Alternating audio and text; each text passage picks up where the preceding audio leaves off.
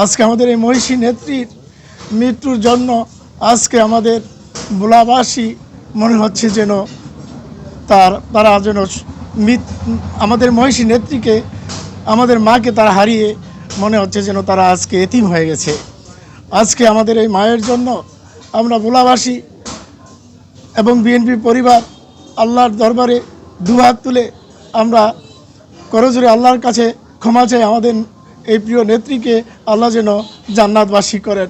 আমাদের সকল নেতাকর্মী দলীয় কার্যালয়ে ছুটে এসেছে, সকলেই অশ্রু সজল।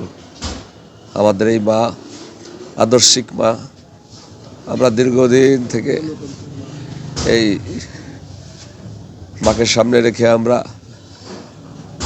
বাংলাদেশ মুক্তির সংগ্রাম আন্দোলন করেছি, সফল হয়েছি। আজকে আমাদের প্রিয় মা আমাদের মাঝে নেই। আপনারা জানেন এই মায়ের অভাব বাংলাদেশের জাতীয়তাবাদী শক্তির মধ্যে কখনোই পূরণ হবে না। আজকে সারা বাংলাদেশের মানুষ শোকাহত। আমরা ভোলার বিএনপির কর্মী সহ সাধারণ জনগণ শোকাহত।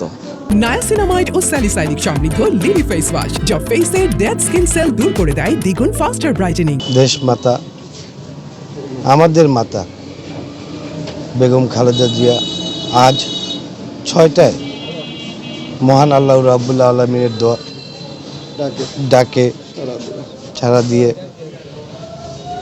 6টার সময় তিনি ইন্তেকাল করেছেন।